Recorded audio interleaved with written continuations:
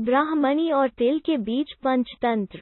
एक बार की बात है, एक निर्धन ब्राह्मण परिवार रहता था।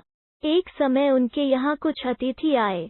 घर में खाने पीने का सारा सामान खत्म हो चुका था।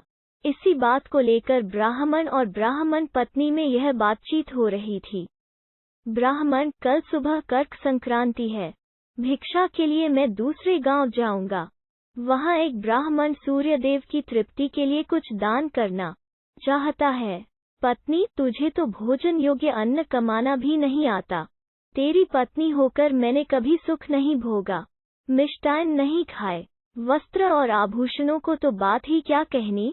उद्धरण चिन्ह। ब्राह्मण, देवी, तुम्हें ऐसा नहीं कहना चाहिए। अपनी इच्छा के अनुरूप धन किसी को नहीं मिलता।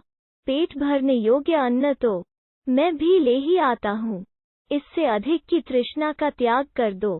अति तृष्णा के चक्कर में मनुष्य के माथे पर शिखा हो जाती है। ब्राह्मणी ने पूछा, यह कैसे? उद्धरण चिन्ह। तब ब्राह्मण ने सुअर, शिकारी और गीदड़ की यह कथा सुना कर दिन एक शिकारी शिकार की खोज में जंगल की ओर गया। जाते जाते उसे वन में काले अंजन के पहाड़ जैसा काला बड़ा सुअर दिखाई दिया।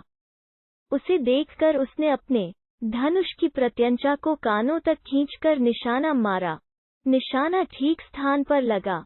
सुअर घायल होकर शिकारी की ओर दौड़ा। शिकारी भी तीखे दांतों वाले सुअर के हमले से गिरकर घायल हो गया। उसका पेट फट गया। शिकारी और शिकार दोनों का अंत हो गया। इस बीच एक भटकता और भूख से तड़पता गीदड़ वहां आ निकला।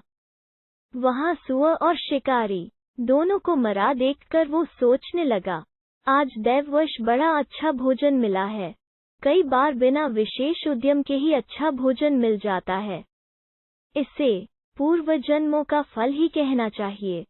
यह सोचकर वो मृत लाशों के पास जाकर पहले छोटी चीजें खाने लगा। उसे याद आ गया कि अपने धन का उपयोग मनुष्य को धीरे धीरे ही करना चाहिए। इसका प्रयोग रसायन के प्रयोग की तरह करना उचित है।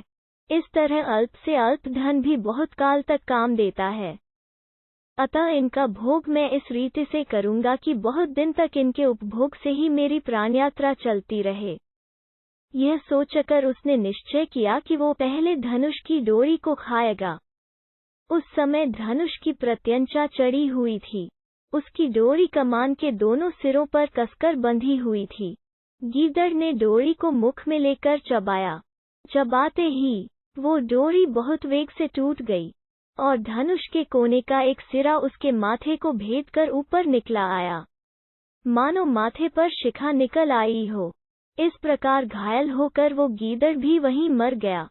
ब्राह्मण ने कहा, इसीलिए मैं कहता हूँ कि अतिशय लोभ से माथे पर शिखा हो जाती है। ब्राह्मणी ने ब्राह्मण की यह कहानी सुनने के बाद कहा, यदि यही बात है तो मेरे घर में थोड़े से तिल पड़े हैं, उनका शोधन करके कूट छांक कर अतिथि को खिला देती हूँ। ब्राह्मण उसकी बात से संतुष्ट होकर भिक्षा के लिए दूसरे गांव की ओर चल दिया। ब्राह्मणी ने भी अपने वचनानुसार घर में पड़े तिलों को छांटना शुरू कर दिया।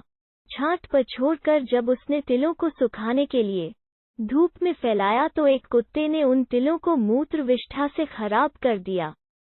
ब्राह्मणी बड़ी चिंता में पड़ गई। यही तिल थे जिन्हें पकाकर उसने अतिथि को भोजन देना था। बहुत विचार के बाद उसने सोचा कि अगर वो इन शोधित तिलों के बदले अशोधित तिल मांगेगी तो कोई भी दे देगा। इनके उच्छिष्ट होने का किसी को पता ही नहीं लगेगा। यह सोचकर वो उन तिलों को छाछ में रखकर घर घर घूमने लगी और कहने लगी, कोई इन छटे हुए तिलों के स्थान पर बिना छटे तिल दे दे।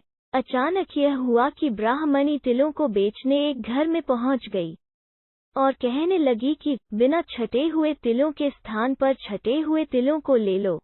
उस घर की गृहपत्नी जब यह सौदा करने जा रही थी तब उसके लड़के ने, जो अर्थशास्त्र पढ़ा हुआ था, कहा, माता, इन तिलों को मत लो। कौन पागल होगा जो बिना छटे तिलों को लेकर छटे हुए तिल देगा?